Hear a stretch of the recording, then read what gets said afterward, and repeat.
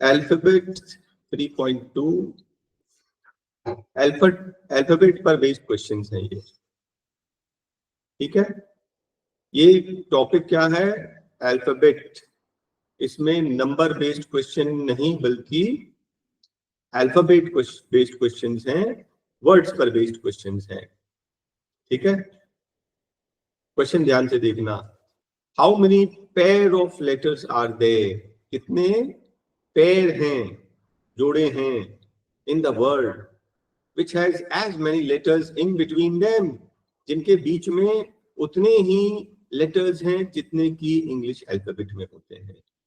फिर से देखो, ऐसे कितने पेयर हैं, ऐसे कितने पेयर हैं। जैसे मान लो मैं मैं एग्जांपल के लिए P dash P Q are ऐसा ले रहा हूं, तो पी और आर के बीच में एक लेटर होना चाहिए ना, तो एक है। पी और आर के बीच में एक होता ना, पी क्यू आर, एक आता तो एक आ रहा।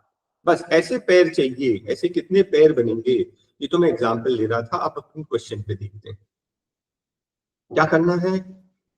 फर्स्ट लेटर से स्टार्ट करना है और हम लोग जो रीड कर रहे हैं वो आना चाहिए। आ गया तो पेयर मान लेंगे, नहीं तो नहीं। तो ई F G H I J K L M, कुछ आया क्या? नहीं, छोड़ दो। नेक्स्ट किसका टर्न है? एक्स। और दोनों डायरेक्शन में, हाँ, मतलब लेफ्ट में भी राइट में। एक्स के बाद वाई नहीं आया, एक्स के बाद वाई जेड नहीं आया। इसका टर्न है अब पी। ऐसे में टिक करते जा रहा हूं ताकि हम भूले नहीं। पी के बाद पी क्यू आर नहीं आ रहा, पी क्यू आर एस आया ना। पी के बाद हमने बोला पी के बाद क्यू आर एस, एक पैर बन जाए ना तो रुकना नहीं, हो सकता आगे भी पैर बना रहा। एस टी यू वी नहीं आ रहा ना। नेक्स्ट किसका टर्न है? L. L M N O नहीं, L M N O P Q नहीं ना। नेक्स्ट किसका टर्न है? ओ। ओ के बाद पी क्यू आर एस नहीं, ओ के बाद पी क्यू आर एस नहीं। नेक्स्ट किसका टर्न है? एस का, दोनों डायरेक्शन में, हाँ। S T U V W x नहीं, एस टी यू वी नहीं। आई के बाद जे के एल, देखो आई के बाद जे के एल एम एन ओ, आई के बाद जे के, दोनों डायरेक्शन में है ना, नहीं तो पता लगा आधे मिस हो जाएंगे। फिर ओ के बाद पी नहीं आ रहा, ओ के बाद P Q R S T U V नहीं आया। नेक्स्ट किसका टर्न है? हाँ, एन। तो एल एम एन, एन के बाद ओ आ गया। कितने पैर बने? 1 2 3, आंसर 3 सच पेयर्स। अब आपको समझ में आया ना। देखो, P dash dash S, P dash dash S, कहने का मतलब ये है कि P के बीच में L और O था, लेकिन हमें कोई मतलब नहीं। P Q R S, alphabet में जब हम गिनते हैं P और S के बीच में 2 लेटर आते थे, अभी भी हमारे 2 लेटर हैं। कहने का मतलब ये। और करना क्या है? हर लेटर को दोनों डायरेक्शन में रीड करिए। जो हम बोल रहे हैं अगर वो आ गया तो उसको पैर मान लिया जाए, ठीक है। इसी तरह से नेक्स्ट क्वेश्चन भी हम देखेंगे, बिल्कुल सेम है। ऐसे कितने पेयर्स हैं जिसमें उतने ही लेटर्स हैं जितने की अल्फाबेट में होते हैं? कहां से स्टार्ट करेंगे? ए, दोनों डायरेक्शन, हाँ। ए के बाद B C D E F G H I J, कुछ आया क्या? नहीं ना। टी टी यू नहीं, S T U V W X Y Z नहीं आ रहा। नेक्स्ट किसका turn? M. M N O नहीं, एम एन ओ पी आया क्या? M N O P Q R S T नहीं। नेक्स्ट किसका turn? O. O P Q R, O P Q R S T नहीं।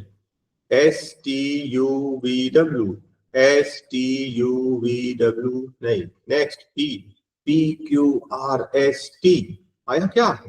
ध्यान से देखना, P Q R S T, P Q R S T. H I J K L M N, H I J K. E F G H I J K L, E F G. R S T U V W X Y Z, R S. E F G H, देखो हार नहीं मानना और लगे रहना। है ना, आखिरी लेटर तक रूल यही है कि फर्स्ट लेटर से लेकर लास्ट लेटर तक एक एक लेटर पढ़ेंगे दोनों डायरेक्शन में, है ना। पता लगा ध्यान नहीं दिया ना तो एक आध गया। और इसमें तो हाँ, तो कितने आए हमारे पैर? 3 पैर। देखिए 3 पैर मतलब ऑप्शन नंबर 2। बस और कुछ नहीं है खास, ऐसे ही करना, हर लेटर को दोनों डायरेक्शन में रीड करना है। चलिए नेक्स्ट क्वेश्चन देखते हैं। अब ये क्वेश्चन थोड़ा सा डिफरेंट है।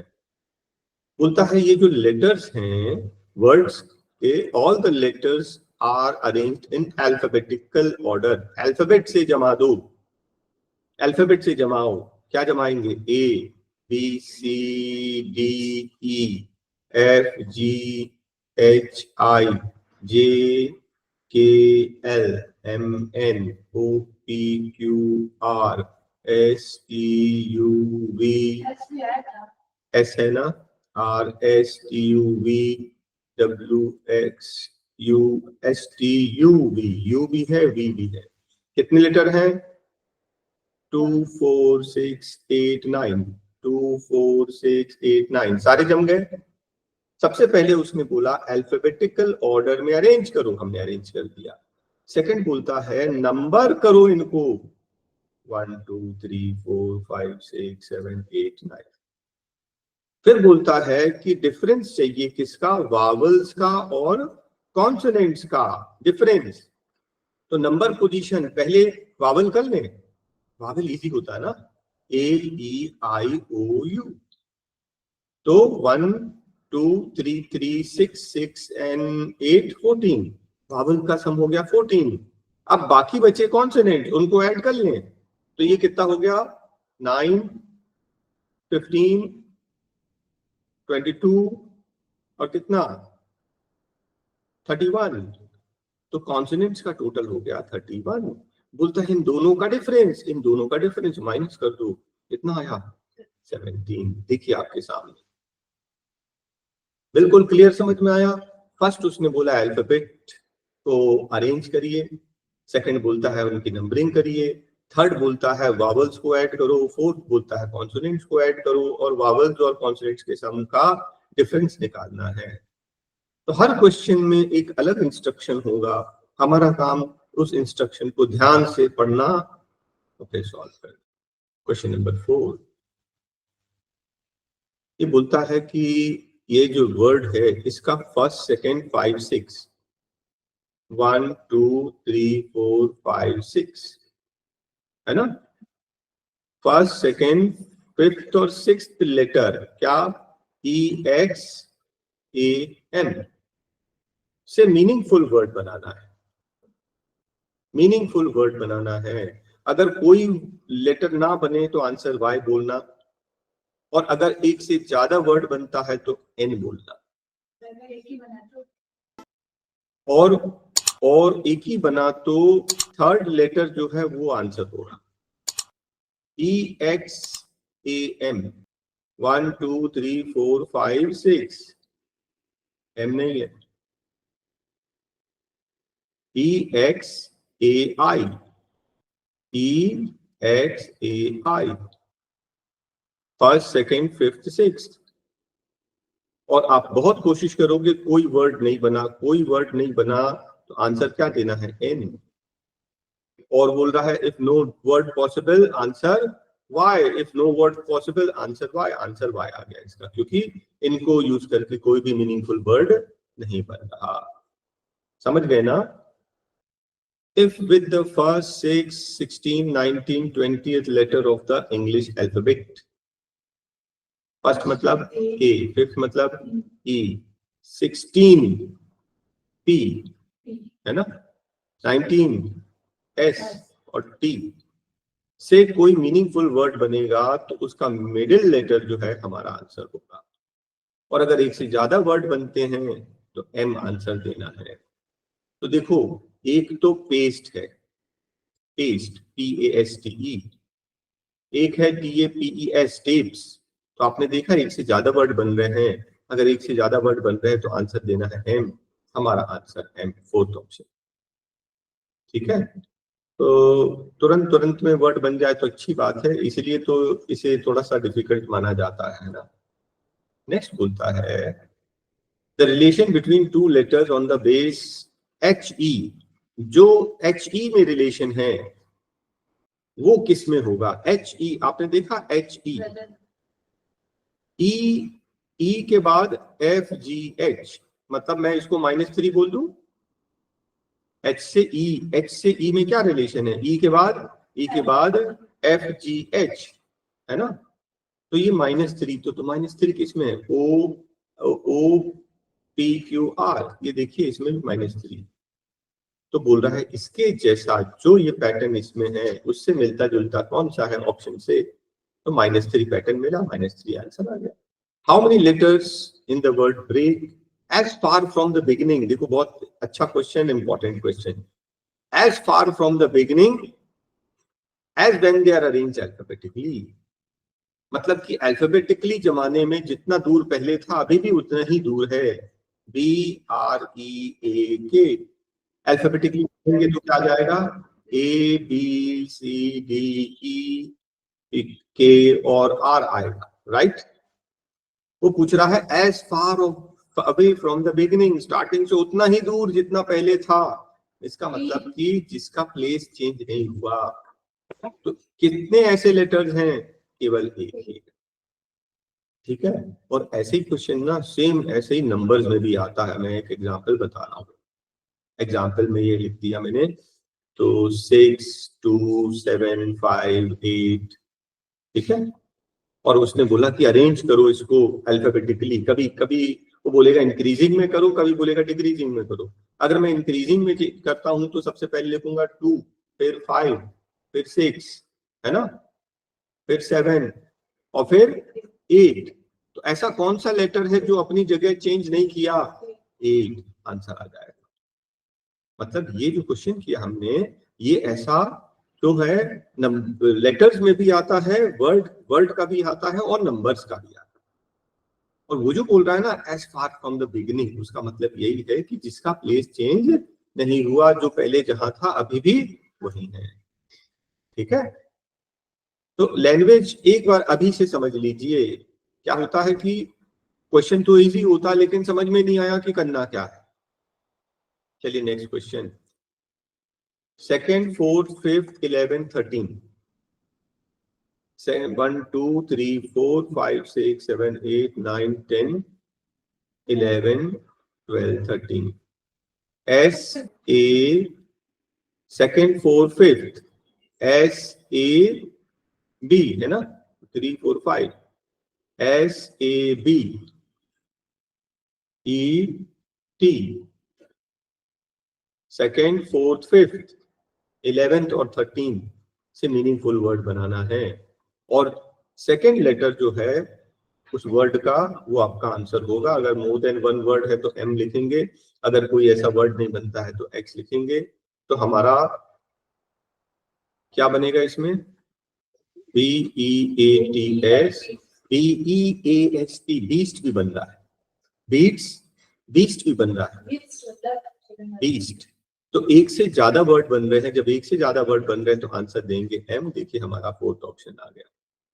If the position of the first and 6th letter interchange, ध्यान से देखना, फर्स्ट और 6 को इंटरचेंज कर रहे हैं, फिर बोल रहा है 2nd और 7 को इंटरचेंज कर दो, मतलब 3 और 4 है ना, 1 को 1 6 2 7 3 8 4 9 5 10, कितने हैं? 2 4 6 8 10, बिल्कुल ठीक, इंटरचेंज करने बोल रहा है। उसने बोला इंटरचेंज करने के लिए, हम नहीं करेंगे। अब ध्यान से देखना, which letter will be 5th from the left? 5th पूछ रहा, 5th कौन सा होगा? जो 10th वाला था वही 5th की जगह पर आ जाएगा, 10th वाला। ई क्या है? बस देखिए कितना इजी, बस आप समझिए। उसने बोला अरेंज इंटरचेंज करने, हम इंटरचेंज करने बैठेंगे नहीं, हम ये देखेंगे कि क्या पूछ रहा है। उसने बोला 5th नंबर पर कौन सा आएगा, 5th और 10th इंटरचेंज हो रहा था तो 10th वाला 5th की जगह पर आ जाएगा। आंसर आ गया, एक बार में आंसर में पहुंच गए हम लोग, ठीक है। तो अच्छे से समझो कि वो पूछ क्या रहा है। उसके बाद सॉल्व करेंगे। क्वेश्चन नंबर 10 बोलता है if meaningful word can be made with the 6, 3rd, 7, 10। 6 second third ना, सेकेंड थर्ड और कौन सा 7, 10 क्या क्या है ये REIT। और अगर कोई मीनिंगफुल वर्ड नहीं बन सकता है तो आंसर M देना है ना। More than word answer M, no meaningful word X, second R, third E, 7 I। हाँ क्या बनेगा TIER टायर, TIRE। एक होता tyre, second tyre, I am tired, TIRED tyre. ये दो बन रहे हैं, तो ठीक है, दो वर्ड बन रहे हैं, तो more than one words answer M, आपका answer M। Next question 4 letters दिए हैं, मीनिंगफुल वर्ड बनाना है, ठीक है। If with all the 4 letters, चारों को यूज करके कोई मीनिंगफुल वर्ड बनाना है तो मोर देन वन वर्ड्स तो आंसर X देना है, कोई ऐसा वर्ड नहीं बनेगा तो आंसर E देना है, और अगर बन गया तो लास्ट लेटर हमारा आंसर होगा, ठीक है। तो इसको यूज करके कोई मीनिंगफुल वर्ड नहीं बन रहा, आपका आंसर आ जाएगा E, ठीक है। आप ट्राई करेंगे और कोई मीनिंगफुल वर्ड नहीं बना तो आंसर E। नेक्स्ट क्वेश्चन देखिए, और देखिए थोड़ा सा अलग सा क्वेश्चन है ये। How many words can be from the word go down, no letter repeated and in the same order. आगे पीछे नहीं करना है, अब ध्यान से देखना। सबसे पहले क्या बना, गो आ गया, फिर उसके बाद डू, और आपने बोला डाउन, ठीक है, और कुछ बना OWN, ओन, और गो, डू, डाउन, 4 बन गए ना। गॉड भी तो बना, गॉड, GOD गॉड, कितने लेटर्स बन गए 5। उसने बोला सेम ऑर्डर में चाहिए, आगे पीछे नहीं करना है और किसी लेटर को रिपीट भी नहीं करना है, हमारा आंसर आ गया, ठीक है। तो आपने देखा कि कितने टाइप के क्वेश्चन आते हैं, इसको अभी अच्छे से प्रैक्टिस कर लीजिए, ठीक है। ये है कि लेटर रिपीट नहीं करना, सेम ऑर्डर में करना है। बाकी सब में ऑर्डर के बारे में कुछ नहीं बोला था, आगे पीछे करके नया वर्ड बनाया जा सकता है, ठीक है।